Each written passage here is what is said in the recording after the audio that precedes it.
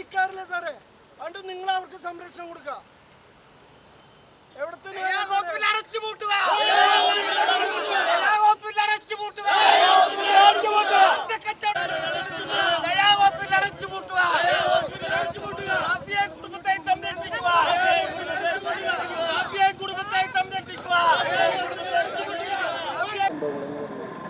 ഞങ്ങൾ ലീവിന് വേണ്ടിയിട്ട് വന്നതാണ്. ജനുവരി ലീവിന് വേണ്ടി വന്നു കഴിഞ്ഞിട്ട് ഞങ്ങൾ എന്താ വെച്ചിട്ടുണ്ടെങ്കിൽ പെരുന്നാളെല്ലാം കഴിഞ്ഞതിന് ശേഷം ഞാൻ പറഞ്ഞു ഒരു കാര്യം ചെയ്യുന്ന മൂക്കിന് ഇച്ചിരി കപക്കെട്ടിന് പറയുമ്പോൾ എപ്പോഴും ഇഷ്യൂസ് ഉണ്ട്. അപ്പോൾ ഒരു കാര്യം ചെയ്യുന്ന നാട്ടിൽ പോകുമ്പോൾ നമുക്ക് ട്രീറ്റ്മെൻറ്റ് എടുക്കാമെന്ന് പറഞ്ഞിട്ട് ഞങ്ങൾ ഈ നാട്ടിൽ വന്നത് തന്നെ.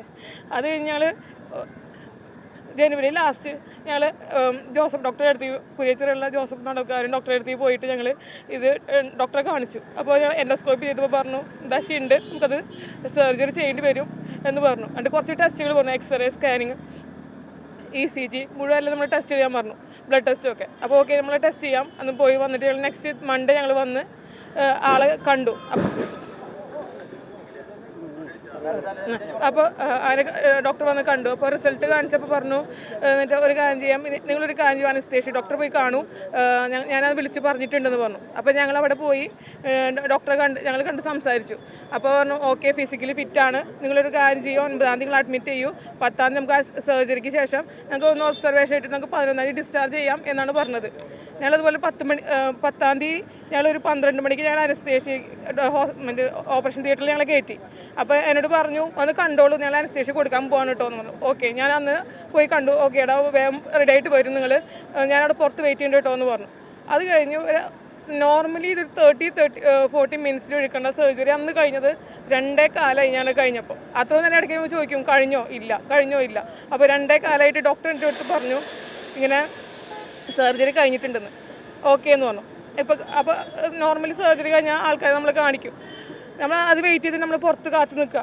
ഒരു 15 മിനിറ്റ് കഴിഞ്ഞപ്പോൾ എന്നോട് പറയുക, 15-20 മിനിറ്റ് കഴിഞ്ഞപ്പോൾ പറയുക ഓക്സിജൻ കൗണ്ട് താന്നു പോയി, ട്രാക്കിയോസ്റ്റമി ചെയ്യണം ഞങ്ങളുടെ. അപ്പോൾ ഞാൻ പറഞ്ഞു അതിൻ്റെ കൺസെൻറ്റ് സൈൻ ചെയ്തിട്ട് നേഴ്സ് വന്നു. അപ്പോൾ സത്യം പറഞ്ഞു നമ്മൾ നോർമൽ ഒരു മൈനർ സർജറിക്ക് വരുമ്പോൾ ഈ വേറെ കോംപ്ലിക്കേഷൻസ് ഒന്നും വരില്ല.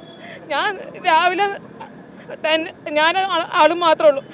എന്നിട്ട് ലാസ്റ്റ് എനിക്ക് ഇങ്ങനെ പറഞ്ഞപ്പോൾ എൻ്റെ കൈയും കാലും പറിച്ചു തുടങ്ങി. ഞാൻ അനീതിനെ വിളിച്ച് കൊണ്ടുവരിക ചെയ്ത്. അത് കഴിഞ്ഞ് പിന്നെ ഞാൻ കാണരുത് ആള് വെന്റിലേറ്ററിലേക്ക് ഷിഫ്റ്റ് ചെയ്യണത്. പിന്നെ അന്ന് ഞാൻ വൈകുന്നേരമാണ് ഞാൻ ആളുടെ മുഖമൊന്ന് കാണുന്നത്. ഞാൻ അവിടെ ഇപ്പോൾ ഞങ്ങൾക്ക് രണ്ടുപേർക്കും ജോലി ചെയ്യാൻ പറ്റുന്ന അവസ്ഥയാണ്. ഞാൻ ഈ മോനെ കൊണ്ട് എങ്ങനെ ജീവിക്കുമെന്ന് എനിക്കറിയില്ല. ഒരു മൈനർ സർജറിക്ക് വേണ്ടി വന്നിട്ട് ഞങ്ങളുടെ ഒരു അവസ്ഥ